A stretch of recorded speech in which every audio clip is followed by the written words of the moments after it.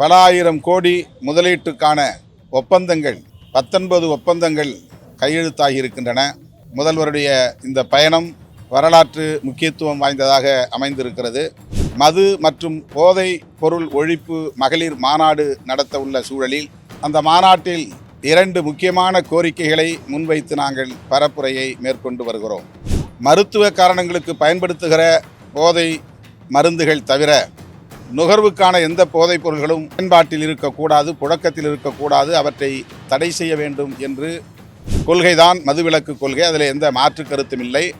திராவிட முன்னேற்றக் கழகத்தின் சார்பில் அமைப்பு செயலாளர் RS பாரதி அவர்களும் செய்தி தொடர்பு செயலாளர் TKS இளங்கோவன் அவர்களும் பங்கேற்பார்கள் என்கிற உறுதியை வழங்கியிருக்கிறார். தேர்தலுக்கும் இதுக்கும் எந்த சம்பந்தமும் இல்லை. இப்போ நாங்கள் நடத்துவது தமிழ்நாட்டில் ஆயிரக்கணக்கான பல்லாயிரக்கணக்கான கைம்பெண்கள் கண்ணீர் சிந்த வாழ்ந்து கொண்டிருக்கிறார்கள், அல்லல்பட்டு கொண்டிருக்கிறார்கள். அவர்களின் கோரிக்கையைத்தான் நாங்கள் முன்னிறுத்தி இந்த மாநாட்டை நடத்துகிறோம். ஒரு கூட்டணிக்கான பிரச்சனை இல்லை, இது மக்கள் பிரச்சனை. யாரெல்லாம் மதுவிலக்கில் உறுதியாக இருக்கிறார்களோ அவ்வளவு பேரும் சேர்ந்து குரல் கொடுக்க வேண்டும் என்பதுதான் என்னுடைய பொதுவான அறைகூவல். நான் ஏற்கனவே சொல்லியிருக்கிறேன், இதை எலெக்ஷனோட முடிச்சு போட வேண்டாம், இது காமன் அப்பீல் ஃபார் ஆல். மாண்புமிகு முதல்வர் அவர்கள் அமெரிக்க சுற்றுப்பயணத்தை வெற்றிகரமாக முடித்து தமிழ்நாடு திரும்பியிருக்கிற நிலையில் விடுதலை சிறுத்தைகள் கட்சியின் சார்பிலே அவரை சந்தித்து எங்கள் வாழ்த்துகளையும் பாராட்டுகளையும் தெரிவித்தோம். அமெரிக்காவில் இருந்த 2 வார காலமும் ஏராளமான நிகழ்ச்சிகளில் அவர் பங்கேற்றார். தமிழக முதல்வருக்கு மிகச் சிறப்பான வரவேற்பை நல்கினர். பல ஆயிரம் கோடி முதலீட்டுக்கான ஒப்பந்தங்கள் 19 ஒப்பந்தங்கள் கையெழுத்தாகி இருக்கின்றன. முதல்வருடைய இந்த பயணம் வரலாற்று முக்கியத்துவம் வாய்ந்ததாக அமைந்திருக்கிறது. தமிழ்நாட்டுக்கு ஏராளமான அந்நிய நேரடி முதலீட்டுக்கான வாய்ப்பும் உருவாகி இருக்கிறது என்பதை மகிழ்ச்சியோடு நாங்கள் வரவேற்று முதல்வருக்கு எமது பாராட்டுகளை தெரிவித்தோம். அத்துடன் அக்டோபர் 2ஆம் தேதி விடுதலை சிறுத்தைகள் கட்சியின் சார்பிலே மது மற்றும் போதை பொருள் ஒழிப்பு மகளிர் மாநாடு நடத்த உள்ள சூழலில் அந்த மாநாட்டில் 2 முக்கியமான கோரிக்கைகளை முன்வைத்து நாங்கள் பரப்புரையை மேற்கொண்டு வருகிறோம். முதலாவது கோரிக்கை, தமிழ்நாட்டில் அரசு மதுபான கடைகளை விற்பனை இலக்கை படிப்படியாக குறைக்க வேண்டும் என்பதாகும்.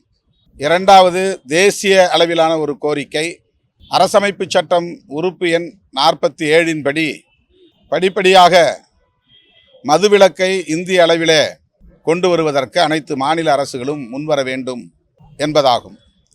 மருத்துவ காரணங்களுக்கு பயன்படுத்துகிற போதை மருந்துகள் தவிர நுகர்வுக்கான எந்த போதைப் பொருள்களும் பயன்பாட்டில் இருக்கக்கூடாது, புழக்கத்தில் இருக்கக்கூடாது, அவற்றை தடை செய்ய வேண்டும் என்று கூறுகிற ஒரு பிரிவுதான் உறுப்பு எண் 47. அதனை பேரறிஞர் அண்ணா அவர்களே ஆதரித்து தேசிய அளவிலான ஒரு மதுவிலக்கு கொள்கை வேண்டுமென வலியுறுத்தி இருக்கிறார். திராவிட முன்னேற்றக் கழகத்தின் நிறுவனர், பகுத்தறிவு பகலவன் தந்தை பெரியாரின் தலைமை மாணாக்கர் பேரறிஞர் அண்ணா அவர்கள் மதுவிலக்கில் மிகவும் உறுதியாக இருந்தார், உடும்பு பிடியாக இருந்தார். அரசமைப்பு சட்டம் உறுப்பு எண் 47 எடுத்துரைத்து இந்திய ஒன்றிய அரசுக்கும் அப்போது அழுத்தம் கொடுத்திருக்கிறார். அதே கருத்தை முத்தமிழறிஞர் கலைஞர் அவர்களும் கொண்டிருந்தார், வலுவாக அதை பேசியிருக்கிறார். இந்திய ஒன்றிய அரசுக்கும் அதை சுட்டி காட்டியிருக்கிறார். அதனை பின்பற்றி இன்றைய 75வது ஆண்டு பவள விழாவை காணவிருக்கிற திராவிட முன்னேற்றக் கழகத்தின் தலைமை பொறுப்பில் இருக்கிற தமிழ்நாடு முதல்வர் மாண்புமிகு அண்ணன் தளபதி ஸ்டாலின் அவர்களும் இந்திய ஒன்றிய அரசுக்கு இந்த வேண்டுகோளை வலியுறுத்த வேண்டும் என்று விடுதலை சிறுத்தைகள் கட்சியின் சார்பில் இன்றைக்கு கோரிக்கை மனு ஒன்றை வழங்கியிருக்கிறோம். மாண்புமிகு முதல்வர் அவர்கள் அந்த மனுவை படித்து பார்த்தார். திமுகவின் கொள்கைதான் மதுவிலக்கு கொள்கை, அதில் எந்த மாற்று கருத்தும் இல்லை.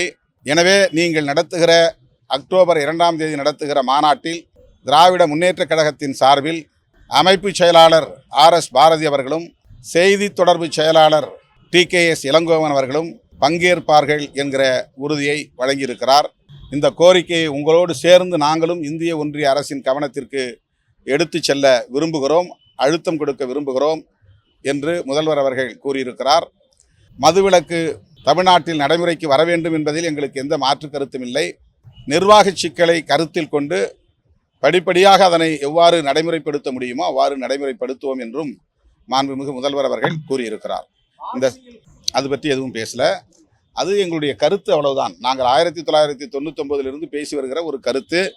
அது இப்போதைக்கு சமூக ஊடகங்களில் பெரிதாக பேசப்படுகிறது. அந்த கோரிக்கையை நாங்கள் எப்போதும் பேசிக்கொண்டே இருக்கிறோம், பேசிக்கொண்டே இருப்போம். எந்த நேரத்தில் எப்போது எந்த கருத்தை, எந்த கொள்கையை அல்லது எந்த நிலைப்பாட்டை வலுவாக பேச வேண்டுமோ அந்த நேரத்தில் பேசுவோம். தேர்தலுக்கும் இதுக்கும் எந்த சம்பந்தமும் இல்லை. இப்போ நாங்கள் நடத்துவது தமிழ்நாட்டில் பல்லாயிரக்கணக்கான கைம்பெண்கள் கண்ணீர் சிந்த வாழ்ந்து கொண்டிருக்கிறார்கள், அல்லல் பட்டு கொண்டிருக்கிறார்கள்.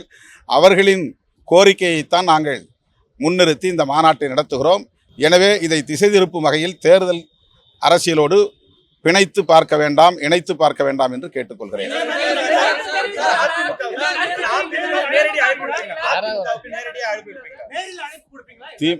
நாங்கள் திமுகவுக்கு நேரடியாக அழைப்பு கொடுக்கல. பேசப்பட்ட விவரங்கள்ல இருந்து உங்க கருத்து எங்க கருத்து ஒன்றுதான். உங்க மாநாட்டில் எங்கள் தரப்பிலிருந்து 2 பேர் பங்கேற்பார்கள் என்று மாண்புமிகு முதல்வர் அவர்கள் கூறியிருக்கிறார். இந்த நிலையில் இந்த கருத்தில் உடன்படுகிறவர்கள் எங்கள் மாநாட்டில் பங்கேற்பதில் எங்களுக்கு எந்த ஆச்சரியம், எந்த தயக்கமும் இல்லை.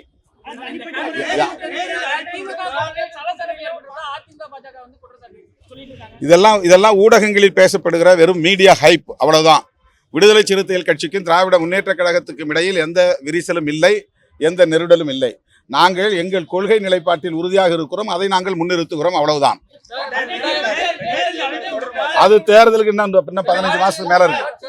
இன்னும் 15 மாசத்துக்கு மேல இருக்கு.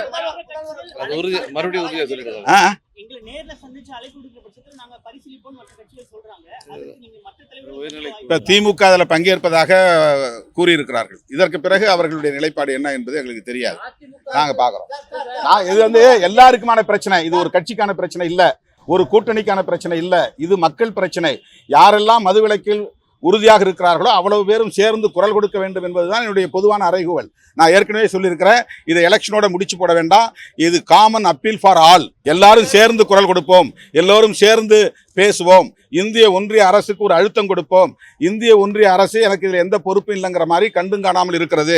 இந்தியா முழுவதும் போதைப்பொருள் புழக்கம் தீவிரமாக இருக்கிறது. இந்தியா முழுவதும் 4 மாநிலங்களை தவிர எல்லா மாநிலங்களிலும் மதுபான வியாபாரம் அரசே முன்னின்று நடத்துகிறது.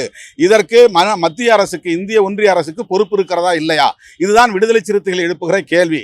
அரசமைப்பு சட்டம் உறுப்பு எண் 44 படி காமன் சிவில் கோடு உருவாக்குவதற்கு இந்திய ஒன்றிய அரசுக்கு உரிமை இருக்கிறது என்று சொல்லுகிற பாஜகவினர் அதற்காக அதை பயன்படுத்தி காமன் சிவில் கோடு கொண்டு வர முயற்சிக்கிறவர்கள் அதே ஆர்டிகிள் 47 பயன்படுத்தி ஏன் ஒரு national policy on liquor and drugs கொண்டு வரக்கூடாது?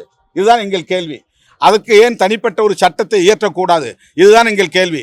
இந்திய ஒன்றிய அரசுக்கும் இதில் பொறுப்பு இருக்கிறது என்று அன்றைக்கு பேரறிஞர் அண்ணா சுட்டிக்காட்டியதைத்தான் இன்றைக்கு விடுதலை சிறுத்தைகள் சுட்டிக்காட்டுகிறோம்.